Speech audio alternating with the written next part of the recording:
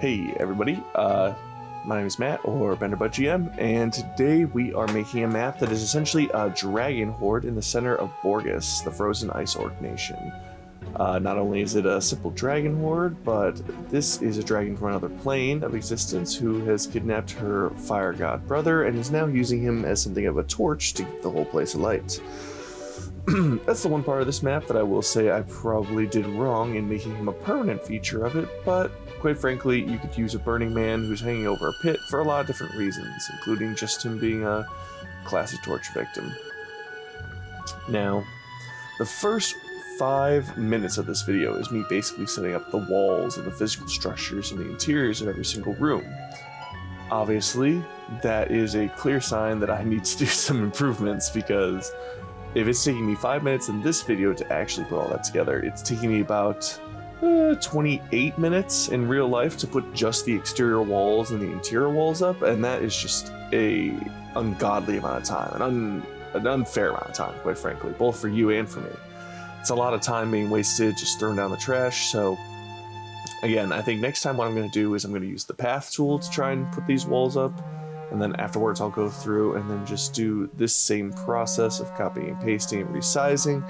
But once you actually have a path, I'm no longer having to count every single tile, and if I'm not counting every single tile, then I'm just placing things and resizing. I'm not going 1, 2, 3, 4, 5. I mean, I count these tiles like I count my fingers, and if you're still using your fingers to count, you're obviously not moving very fast, so oh, right there, that was also me learning a lesson. Even if you have a bunch of these stamps to get grouped together, if you try to flip them horizontally or vertically, it just flips the individual stamp pieces horizontally or vertically. It doesn't do the same thing for the whole group.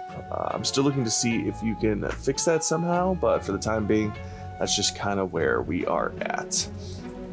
What I didn't mention earlier, but I will now, for the main floor there. I am building now. If you'll notice, the first floor has a hexagon shape to it with some pokebits on the corners. This is so that I don't have to second floor using Roll20 or other tools that someone might use when they're playing a map online with friends.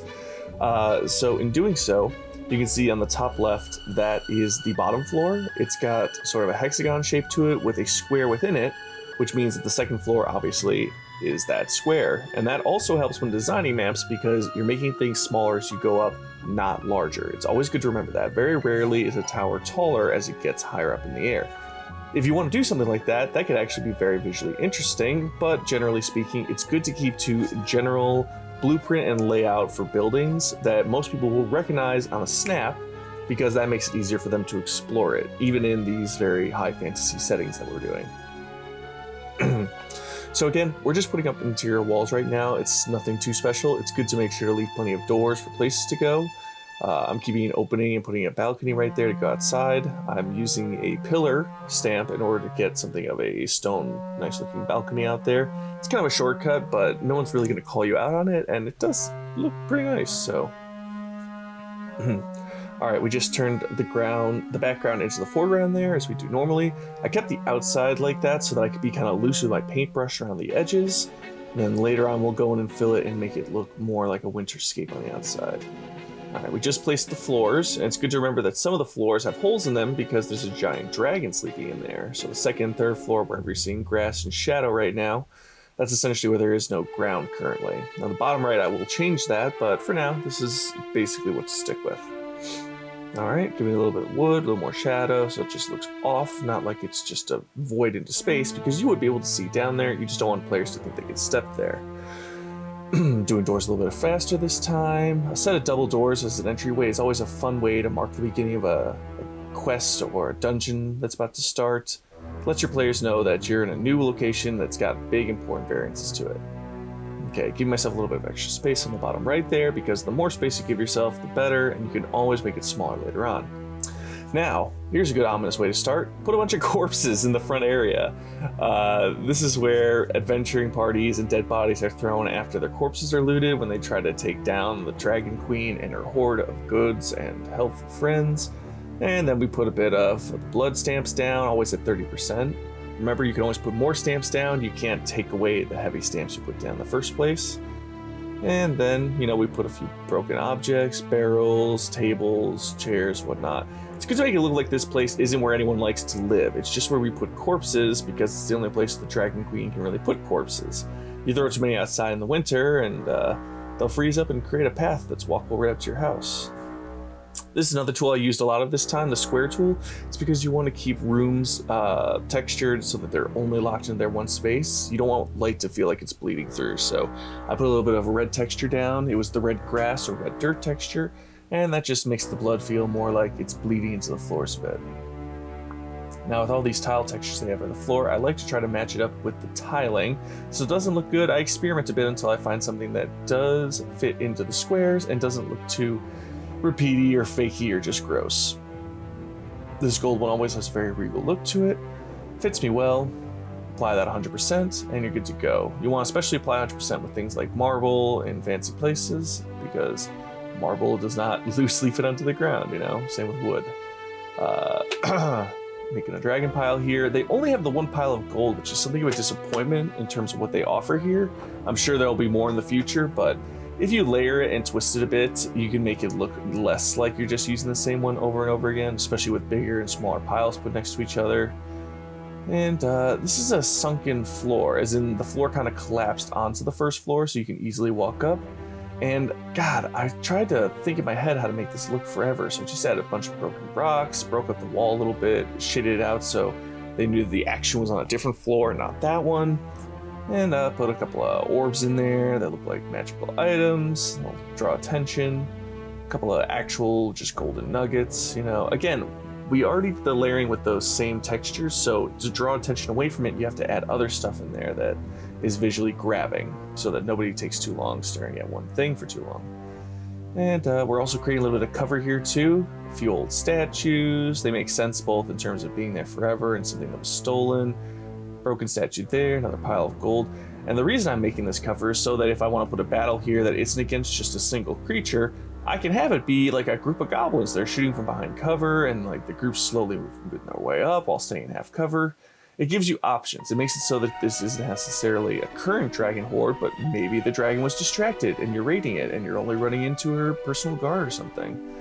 You know, thinking of things like this means that your maps will have longevity to it, not just for you, but for the audience you're probably trying to grow. Even if that audience is just your friends, you know, I have a lot of people in my servers that I play in that ask me to help them with maps and map making, and occasionally I have time and occasionally I don't. This one's for me personally, so it took a lot of time, but, you know, it's good to help other people. It lets them know they can count on you. Back to this map itself, I put a little bit of pit there because the power energy thing in this room was kind of sunken down. We'll go back to that later. And then over here, next to the pile of gold and the hoard of treasure, is where they like to count it, or keep somewhat track of it, essentially. Add a ladder to go upstairs for later. Multiple points of movement, always a good idea. And then, you know, simple bookkeeping, a couple of plates, maybe some gold for counting. It's good to make it look like this place is lived in, like it's in use. Because if it's in use and it's lived in, it's got things worth raiding and things worth stealing. And things are usually there that you can kill very easily. So that's always a plus. It's a little bit of murder. Nobody was going to discount me for that. All right, this side room here. I figured that the queen bee, she likes to hang on this main area, right? So let's make it look a little more regal. Throw a staircase in there with just gold piling down off it. Makes it look more like she doesn't care how rich she is. She's just that type of queen, or he's that type of queen, or the goblins are those type of monsters. And then this pit looks so unnatural, so I dirtied it up a little bit, made it look like it actually sunk through the tile, some loose rocks, especially sharp ones, because I want to make it look ominous and dangerous down there. And in general, since the place has been overrun with monsters for 1,000 years, I threw just a light layer of dirt on everything, the neutral tones of dirt, about 20%. This makes it look like people are tracking in mud and dirt and stepping around. It looks more lived in, you know. And on the side room here, we're starting to build a kitchen. We got a cauldron with a fireplace and some fire underneath it. And we're gonna put a few tables around it, a couple of knives here and there, some cutlery you can use. Ooh, look at that, just a bunch of loose vegetables and fruits. And at first I thought, you know, you got this big bunch here. Why would you just have this lying about? It looks kind of weird. So I had stuff on the other tables, you know, meat on plates. And then I realized, oh, we could put all this stuff in a crate really easily, just right behind there, move a few individual objects, and boom, now you've got everything looking very much sorted and more in order, like an actual kitchen is being used here. And a few more pieces of foul meat here and there. well, foul for the bird, not foul for its style, but there is foul meat you can put in here if you have like a very disheveled or old location. A little place where people might be eating if they're working in the kitchen, and bing bong boom, you've got the basics down here. Side room, a little bit of a servant storage area. I decided that it's pretty good to have areas of different levels of wealth or power essentially in any location. And every dungeon needs to have its little minions to crawl around and play games and cook food, so this is where they live, and it's got a very dirty floor and very bad beds, and it's very, very cramped. Gives you a reason for them not to like the boss so much. An old ready couch, a few more pieces of furniture. I decided I want to make it look like there used to be a spiral staircase at some point. It never came up in my games, but hey, you know, it's good to have these flavor moments. So this is how the map looks now. It's not done. It's just not. But we're going to add a little bit of a blood pile so that the players see that and go, oh, where's all this blood going? And you can have a little bit of fun with that. A few skeleton bones here and there. Make it show that there's an age between the corpses of the long dead and the new dead. Then you put some fresh corpses here. This will allow you to do something like a cool summoning section or something like that, where you could bring in real monstrosity characters, you know, or you could bring in like real big characters, or it could be used to weaken the monster that's in there.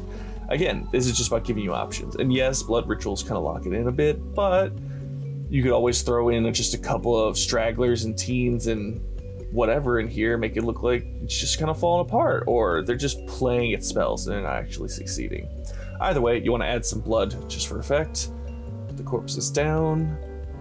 A couple of notes, a couple of animal heads, a few bottles, because God, anyone doing this type of magic is clearly drinking or has a lot of vials of mystical and questionable objects in them. A couple of light sources going down here. I think if I was to do this again, I would wait longer to do light sources, because it's always good to do at the end when you know where walls are going to end up being overall, and how compact a place will be, and how dim or how bright it really should be. Because anywhere that's where the richer folk or the powerful folk are going to be, you want that to look much, much richer. Much richer. All right. Throw a couple of potions in there, maybe some rewards you can give people. I was just looking for bones here, and I just couldn't decide what I wanted to put in this room. I knew I wanted to put trolls in here because I wanted a two-story creature, essentially, to be sitting in the tower so you could stab at its head from the floor above. And I just ended up going with hay because I figured these guys have to have some animals or something really cheap that you can raid from nearby people. Yep, go have a little side of that and then layer it underneath, and boom, that corner now looks like its own totally different thing. And look how much time I saved just by making it once and then copying it and then altering it slightly. So it's good to remember that as a tip in general too. If you need two of a certain object, make it once, copy it, and then just alter it. Don't make it twice. It makes things a lot faster, especially with this type of complicated layering you're going for. And also you can see here too, we're putting some ruined stuff here. Obviously no one lives here and keeps it clean because they need all these tiny objects. They're just crushed because giant creatures have crushed it at some point. Or maybe that's the party room, or a fight room, or a resting room. Again, these types of things give you options. Some of these are a little more locked in than others, but some of these rooms you just need to have in dungeons. Or they can be played off as strange, magical weirdness locations. Alright, so the main entryway, there's only really one place to go in, but players can bash their way into the storage area. But I'm going to put a bunch of boxes there to make it look like, oh, no wonder it was so hard to get through there. This is where they keep all their junk. And then, you know, in any storage area, you need somebody to keep some inventory, so they'll ask for a table and a chair, and eventually people will just use it to play cards and slack off and get away from their bosses, so. And then you put a little line of boxes there, and that way, if someone wants to sneak in and interrogate them, boom, they aren't immediately visible to the enemy. That's just good for game mechanics and stuff like that. It's a lot of fun. Also, here you'll notice that there are a number of broken walls and wall sections where I did not place doors. I figured that the queen's tail of a dragon would eventually punch through a wall occasionally, or, like I said before, if you have trolls coming in here to hang out, they just punch through a wall to make it easier to get in and out of sections. So, put down a couple of rocks next to it, and it'll look better. Here we put a broken staircase to show that you can get up there, but make it look like, oh, it's decaying, it's falling apart. Granted, I had to verbally explain this, and I still am working on how I would make this look better, but hey, that's all we got. So we're going to the second floor. How do we make that work? We're going to grab everything from downstairs, and we're going to move it over here. Change the opacity to lower so that it doesn't seem like it's visually, physically able to touch there. make it kind of ghastly feeling. Give it the same floor, and then kind of cover up the floorboards, give it softer edges. I wish I had a wood tool that I could just make it look like wood planks were sticking out, but I may do. And then, boom, we start building the second floor, build the stairway so that it has a visual cue to the one on the first floor like before. And look, it's the same exact layout as downstairs, so visually people will get it on first glance, hopefully. My team seemed to get it at least. All right, throw a couple of books down, break some glass. This is gonna be kind of a book trap room, or just where the less interesting, less powerful people like to go to read. Yeah, but I love scattering books, and keeping those angles turned makes it so that they look less repetitive. One thing you'll notice too a lot in this tutorial, even with all the sped up footage, there's a lot of me going through menus. There were points where I was making a lot of audible calls as I made it. It's why this map took an extra hour and a half longer than the last one. So for instance, the Burning Man that we're gonna get to right here. I had decided a long time ago that I wanted to add him as a permanent feature to this map because he's really integral to the story, and I want to play this quest again because I want to play this boss battle again. And he is a fire god from another plane of existence who the dragon who lives here is his sister and kidnapped him and trapped him and now taunts him by forcing him to keep the whole place alight by him burning all the time essentially. And your job is to give him back his heart so that he can take back his power. For good or for evil, we're not sure, but in this case all I need to know is that he needs to be in my map so he's visible. So I have him barely visible on the second floor because the only way to interact with him is on the third floor. But you start to see him and you start to question, what is that? Why is he there?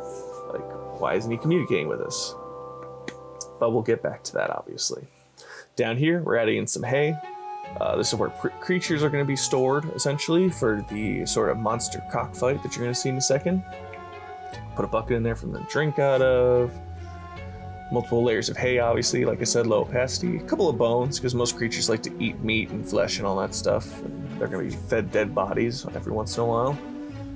Then I also want to have a hatch here, sort of a secret way people could travel up from the servants' quarters below. So we put under the hay, we still make it visible because, you know, players should be visually keying into these things. And if they can read into it, it's only to their benefit, not to their detriment. And these places would be visible to a certain degree, so there's no problem there. Making the cockfight, we put down some blood first, then some hay, then some actual textured blood. That way the floor looks like it's sunken in with blood, but they're trying to cover it with hay. Then the actual blood plotches show you that combat is happening recently. And these are loose living quarters we're building, also right here too. A nice fancy corner, which is going to be for the special guests, essentially, who come to visit this place.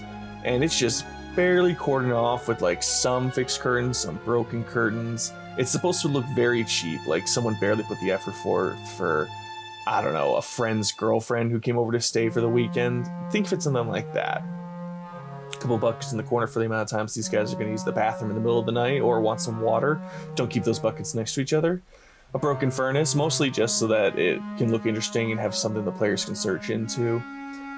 Plus, these floors would be freaking freezing without the furnace on their own floor, but I don't know a ton about how furnaces work either, so we'll move on from that. Obviously, a table, gonna do some reading, and with all the bets they're placing, they need a place to take notes and keep track of everything.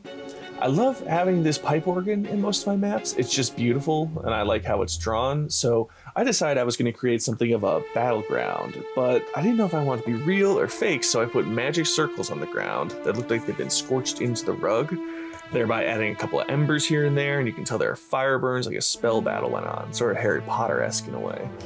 And then later on, I'm going to throw some creatures in there that can be summoned using the piano, so it all kind of plays into itself, sort of like poetry. It rhymes.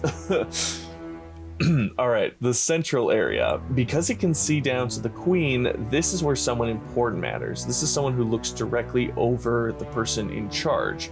So what do we give them? We give them a nice looking chair, we give them a couple of beer glasses, some broken glass to show that they're not necessarily the most responsible, but in a torn up tower like this, who is? Nice bed, but still an old ratty rug because they're not the richest and they're not the most important, they have to know their place. Broken chair, but still one they can sit in, some notes that they can take with, that sort of thing. Remember, they've got an open space directly to them, so they're a very trusted person. Those are the basics we're going to leave that floor with for right now. We're going to come back to it later once we have more ideas. Like I said, I was making this on the fly the night before my game, so a lot of it was just audibles being called as I thought of new things. Second floor, add some gold for betting, because I decided I wanted it to be something of a gambling pit. See, I'm just moving, I'm just thinking. I can't come up with anything in the moment because I didn't draw it out very well. I mean, I'll show you right now that I've got some sort of map that I was working on. That's something I could look at, but it just was not enough, quite frankly. It's always good to remember that if you do it out on paper first, it's going to save you a lot of time on the back end. So this was me only half drawing it on paper and not doing any of the other floors. All right, so what am I doing now? I'm making a mistake is what I'm doing right now, because this floor is supposed to be falling out.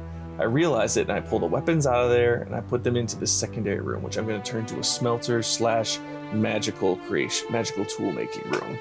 Put an actual live furnace in there, an anvil for tearing some stuff down, piles of loose, pretty much garbage weaponry, a couple of storage boxes for magical components that they need, stuff like that. Put an extra ladder because these people would need to go up and down to the top floors. They're important. They're the ones that are in charge of making everything that the queen, the dragon leader of this place would need. And so you throw a couple of tools in there, shovels, hammers, whatnot, stuff that they just would use in a blacksmith shop. Old ratty rug. It's not so much that you need something like that, but again, it adds flavor to everything. Ugh. Here I go, making mistakes. So the idea here was actually really simple. We have the blacksmith on one end and the magical room in another end, and it makes sense to a certain degree. The problem is I've already decided that this floor is mostly gone, and you would see Ogre's head sticking out of this spot instead. So while I am building in, while I do have this idea, and I will reuse these tools, which again, it's good to bend your failures into actual successes, it's good to remember that this whole room and all the time I'm spending here is just an act of futility mostly. Here I am, unsure of what to do next.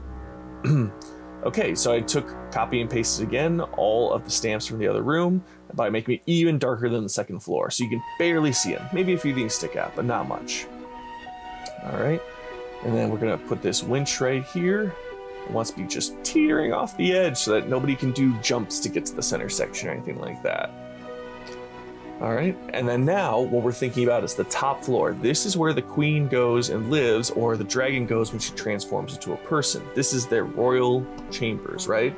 So first thing we'll want to do is make this balcony have a safe railing to it, make it look more of an official location. Again, here's me trying to flip things. That didn't work out like I planned, but in the end, I thought the railing turned out really well. Put some ice around it. I thought maybe we could look at that like it was a portal, but eventually I scrapped that and just kind of said, oh, it's ice under there. Either way, it works just fine. A couple of nice chairs, but not too nice. I figure rocking chairs are good for outside. I don't know about you, but I love the concept of sitting on a rocking chair on a calm day, just staring out into the weather. A very nice bed, fancy end tables, of course. We're gonna probably end up giving them a nice carpet, right? Ooh, yeah, a pelt is always a good idea. Gives out the sense of strength, you know? And then I like to put corner desks in because I like corner desks in real life, and I feel like medieval people would eventually figure that out if they really tried harder. A couple of plates for food, and then a lot of magical books. I want them to look like they're well read and that they do spelly stuff. That way, if I want to come back and make this a wizard's lair, it fits with the theme too. But a Transformers lair, or maybe this person controls the larger beast down below. Again, this gives us a few options in terms of how we talk about it. But give them a fancy little mirror location, make them look like they're pampered. People love killing pampered people. A couple of blood here and there because of the fire guy there, which again, looking back, should not have been a permanent aspect of this, but at this point, I'm not gonna really fault myself. I was making a map for a specific scenario, and I can always go back and edit this stuff out with just a couple of clicks. So we've got that trebuchet up. A way I think about it, you gotta weigh that stuff down, you know, counterbalance it so that the body doesn't fall. So it also gives people something they can sit on and rest on. A couple of new carpets, a couple of books on the night shelf. Again, more reading opportunities, more looting opportunities. A couple of storage sacks for sitting and just basic flour and goods, because you'd like to have some stuff on hand. I like to have chips in my room occasionally. All right, now we're measuring up the ladders versus the hatches so that people can get upstairs. There's gonna be a ladder in that room, Got the hatch going. My menus, man. I was so indecisive for like a solid 40 minutes. I just back and forth, big, small. What was I gonna do, you know? And again, this all just came down to poor planning. If I didn't have it written out on paper, then it was me just sitting here thinking and stopping and taking breaks and getting distracted easily. You need it on paper, you need the paper version in front of you, and you need to be ready to go. All this stuff is being improv at this point. And while sure, I can make a map on total improv, something this intricate where things have to play into each other so that they can actually get around the map, you can't play too much improv. You've got to have a very strict plan, otherwise people are going to look at you like, how was I supposed to figure out that I had to use a secret wall chute to make up a floor? Because what? You forgot to put a ladder in, and they can't get up without the ladder, so you got to have this stuff done. So here I am adding a ladder and 2 ways to get up.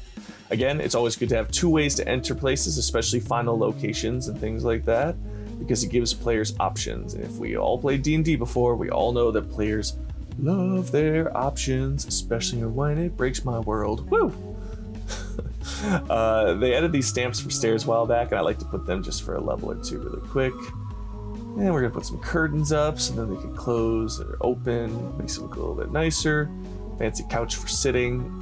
It's good to remember that sometimes even evil leaders need to have their friends come over or their enemies come over in order to taunt them or praise them or whatever they like to do. There, I just want to make the man a little bit more visible and the fire more villainous or big looking, because as much as players like to save those types of people, it's good to remember that saving gods can have real bad consequences. I also made a puzzle out of those 3 skulls on top of that chest there. Ooh. Here's the moment I realized that I needed to fix that whole floor thing. So I moved everything over, got the floors out of there, decided where I wanted to keep walls or not, copied everything over, shrunk what I had to, deleted it on a different location, and then moved it back into the room so I didn't accidentally delete anything that was there. And then bing, bada, boom. Changed a couple of textures, covered it up. And then now you're only seeing what is on the floor below. This is me getting distracted by a movie. All right, we put a little bit of an extra walkway just so they're not sleeping on the edge of a pit necessarily. Darken it up so you can tell that's not where you can stand or walk. Eventually we'll put a monster there that people can see.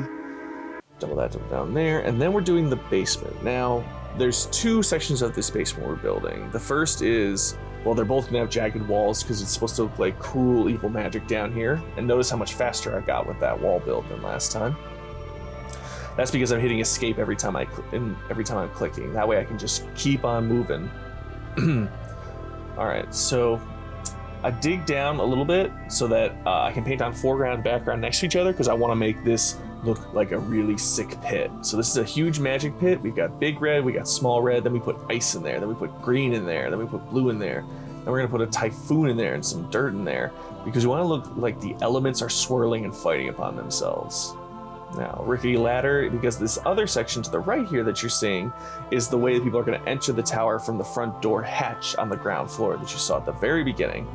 So, the basement has a dual use. It's for this pit of evil magic, which can exist for a number of reasons, anyone you want to come up with. For me, it has to do with the magic source of this place being sunken into the earth and being corrupted as a result. But yeah, there'd be a couple of lit torches from people who are hired to go and keep this place livable. And you make the floor look a little bit dirtier in the place that we want them to walk, a little bit bloodier, some stains here and there, because remember, they're walking into the corpse pit from that area. And then down below, it's always good to remember to add just a general dirt path whenever you're walking between rooms, because a general trail will follow where people are eventually softening up the wood, bringing out its lower layers, rubbing it down, making it look just warped in general. All right, so a few more light sources here and there. Now, if you remember earlier, I said that I shouldn't have put light sources in just yet. That's because look how fast this is. Now that I'm only doing light sources, it's easy to tell where I need them, how I need them, and how much I need. So we're gonna do a little bit more touch up here and there, make it look like this is more built into the floor of this place and less like just a spike pit stamp. Do a little bit of thinking, do a little distraction, and finally we clean up the edges. Now I want this place in a frost place, so I started putting a bunch of multi-layers of ice with different sizes to the texture. Because remember, you want to layer 2 different sizes of the same texture down. It makes it look so much better in the long run. All right, and that's going to be it for this map. So thank you for watching, and I hope you check out some of my other stuff. Hi there, Bender.GM, and this map was used in the game you're going to see on the right now, and it was a lot of fun to play. We ended up getting one god to kill another god, and we had a friend of ours just throw a bunch of coins into a magic well that caused a bunch of explosions, and no one died, which was a huge bonus, because usually someone dies.